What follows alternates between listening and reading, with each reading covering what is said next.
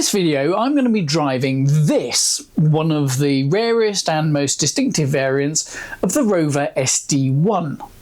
It's a Rover V8-S, and I'm going to be exploring what makes it so special and what made it such a failure.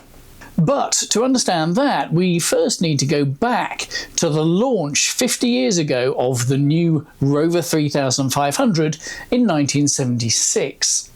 I'll talk about what I think of the SD1 shortly, but as for what actual professional motoring journalists thought at the time of the launch, well, they gave it rave reviews. They voted it European Car of the Year in 1977, which is something that didn't happen to a British-designed car for another 42 years. Nobody really called it the SD1 in those days, by the way, although that had been the factory project code. Everyone just referred to it as the new Rover.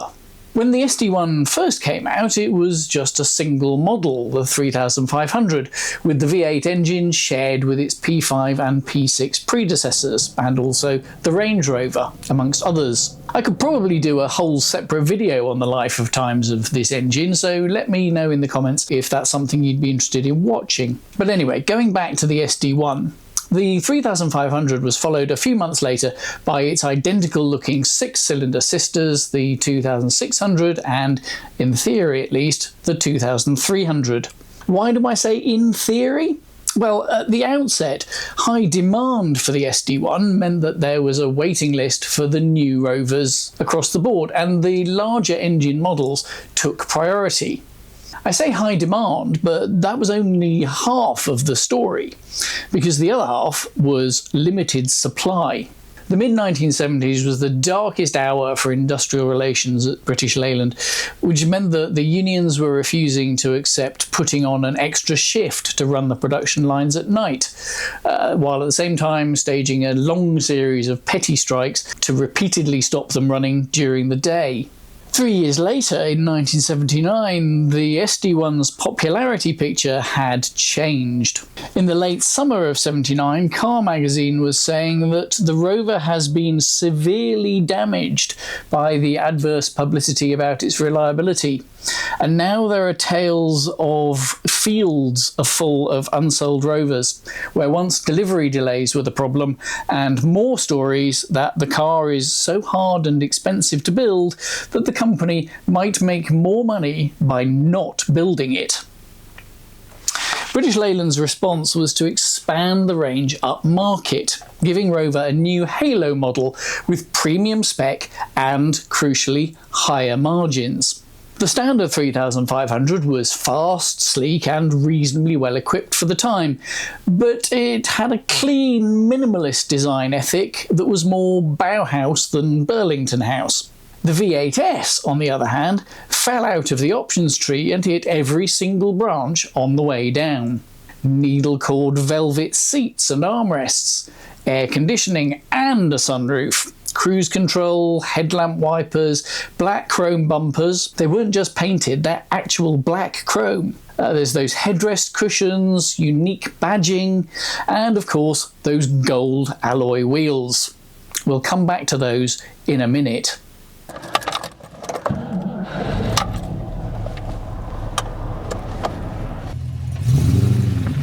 The V8-S didn't offer any performance gain over the standard 3500, it just looked more sporty. It puts out 150 brake horsepower and a whopping 198 pound-foot of torque, which enables it to get away with being very high geared, so on motorways it's barely ticking over. But there's plenty of performance on tap because of the torque to pull out of bends on windy roads like this. Gearbox is really nice. It's very engineered, I think is a good word for it. It's not it's a little bit notchy when it's cold, but once it's warmed up, it's just got a really positive feel to it. One of the SD1's superpowers is this LT77 gearbox, which made its debut here and in the Triumph TR7 rally car at about the same time, and then went on to see service in Range Rovers and various other things, even the Jaguar XJ6 for a while. The engine's ample torque allows for unusually high gearing, while still giving plenty of throttle response. So in the overdrive top gear, the 3500 is only doing around 2300 RPM at the UK's legal motorway speed limit. 2300 RPM is pretty relaxed cruising even today, and by the standards of half a century ago, allowed for exceptionally calm touring. I'm not on the motorway today though, I'm up in the hills of South Wales, because this car can go around corners too. On these windy roads you can just kind of row it along in third, which is, it's high enough not to be ridiculously noisy, so you're putting it into fourth on this straight bit. It's high enough not to be crazy noisy, but low enough, and with all that torque, for you to be able to pull away out of the bends without needing to change down to second. And you get a great noise.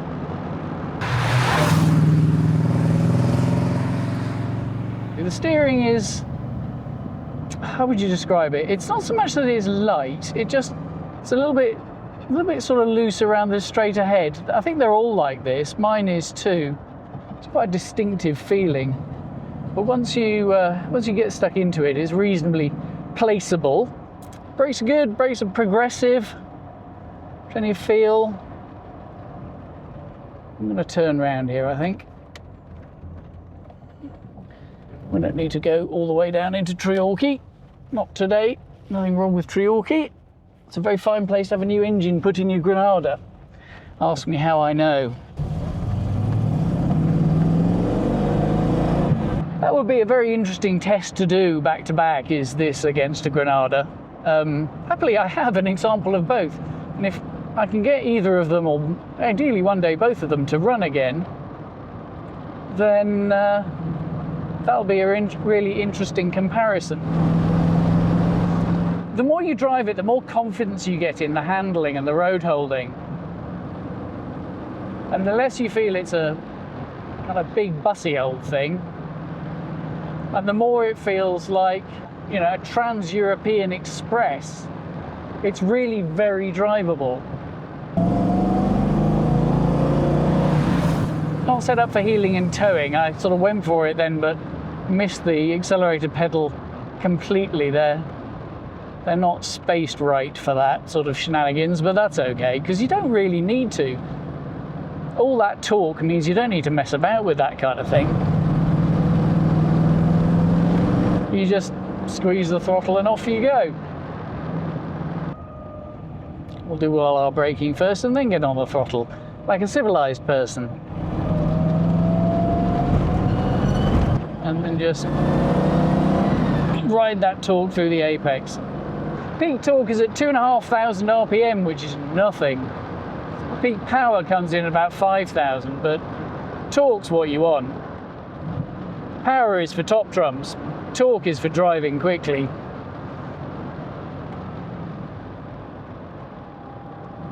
I didn't need second there, third will do.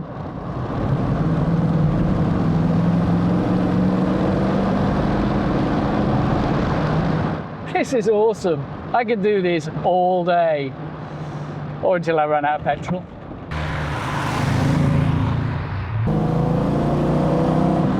I could listen to that noise all day as well.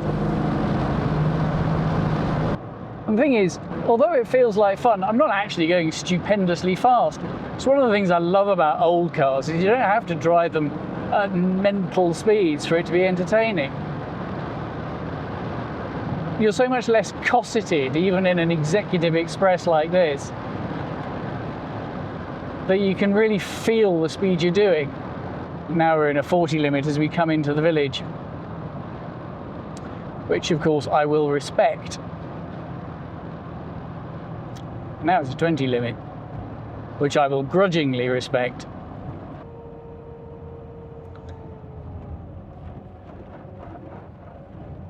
It's unfazed by these speed bumps.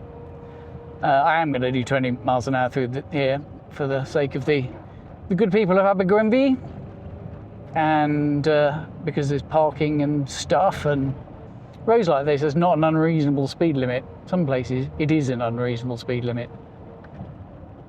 The V8-S launch cars were all painted in 3 look-at-me metallic colours, 2 of which this Midas Gold is the most subtle.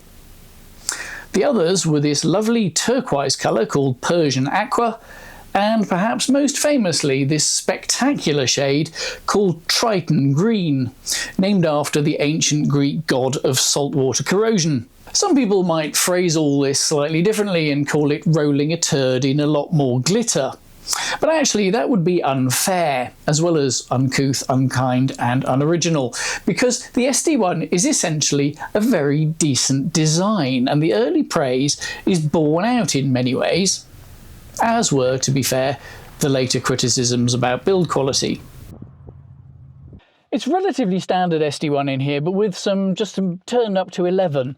So you've got a fairly standard looking binnacle. It's got some bright accents around the vent panel here and things. Steering wheel is standard, quartic wheel on the SD1. People laugh at that on the Allegro, but not so much on the Rover. It's perfectly fine. It's quite big by modern standards, but nothing wrong with that. You've got adjustable mirrors both sides, but so does the standard one, I think. Mine does. They've got this kind of weird turn wheel arrangement, which is a little bit unintuitive, but it does work, and they do adjust. And you've got 4 electric windows, you've got ashtrays here and ashtrays here, and central locking.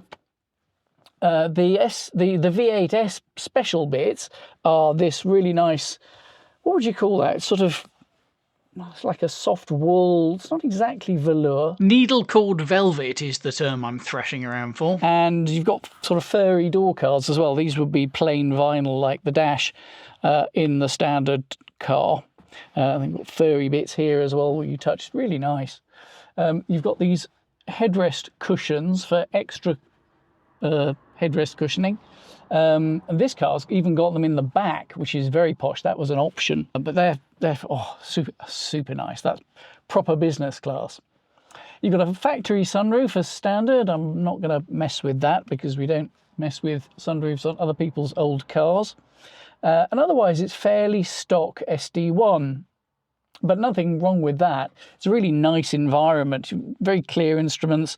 These are slightly cut off by the wheel, so you have to sort of peer around it to check the fuel gauge, but that's not the end of the world.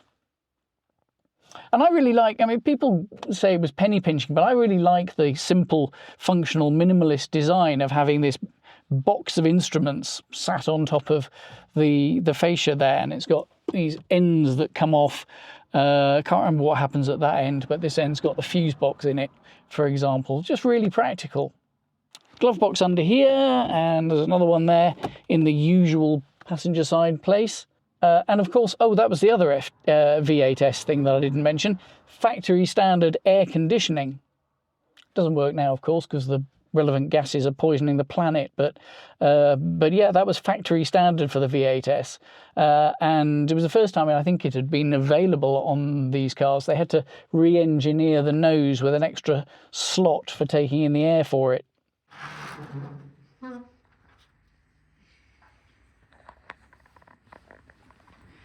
Gas struts to prop the bonnet up. You don't get that on the standard ones. Very posh. There's the air conditioning pump over there. The instrument stalks are on the opposite side from what we're used to in modern cars. That was pretty normal for British cars in the 70s, up to the 70s. Japanese cars too, into the 80s.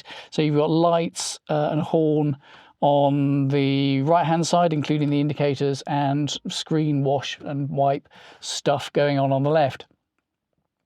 That's pretty fine once you quickly get used to it. I've only wiped the windscreen to emerge out of a junction once on this trip so far, so I'm counting that as a win.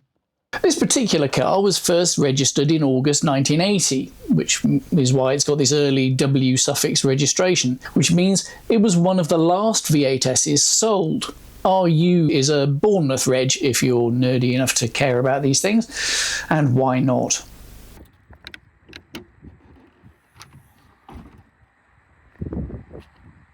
Loads of room in here for all my filming gear and a coat because it's only March and it's not as warm as it looks.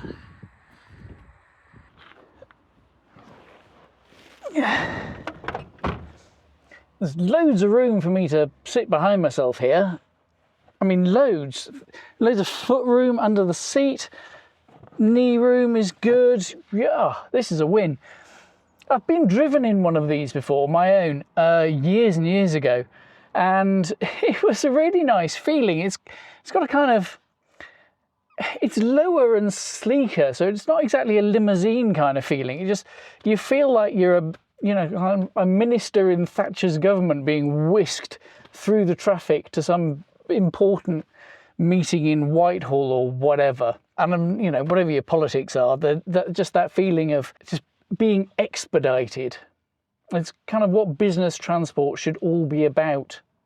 And you've got the added bonus of these optional add-on cushions for, oh man, that is just so nice. That's just the nicest chair ever. It's really, they're quite firm seats, really supportive, really nicely shaped with this bolster.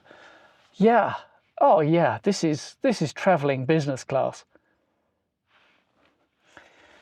Wake me up when we get there. Oh, and I nearly forgot. Look at this. Nice. And I've got an ashtray. Everybody gets an ashtray. The standard gold wheels on the V8-S are an unusual choice, but not a unique one.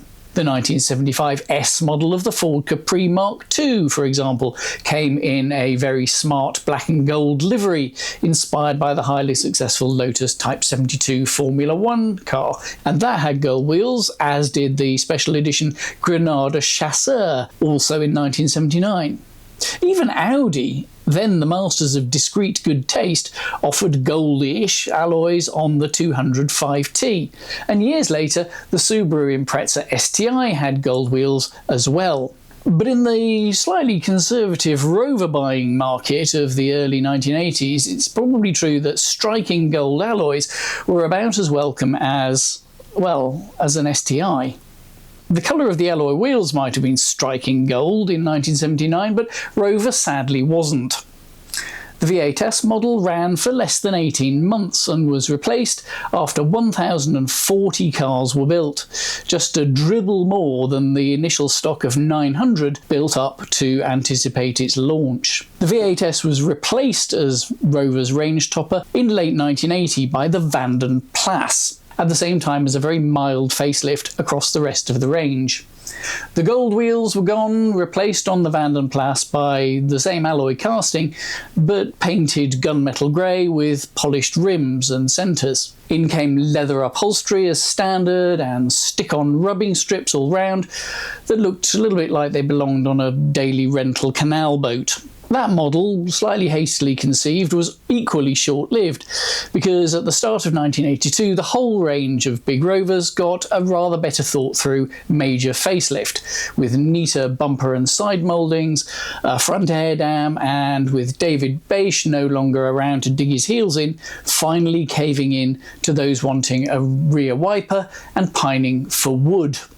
And later still came a new fuel-injected version that did offer a performance gain over the original twin-carb model, and which nowadays is the most sought-after SD1 of all, especially in its final twin plenum form.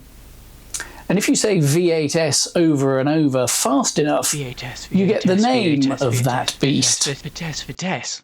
So there you go, the Rover V8-S. A handful survive, so I'm really glad that this one does. Neil, my friend who's lent it to me, has just sold it, so it's going to a good home in the SD1 club, who will no doubt cherish it, and it's got a few little niggles and scuffs and things that could benefit from a bit of attention, but it's a really well sorted car. Very drivable, very usable, very lovable, very strokeable. Yeah, I love it.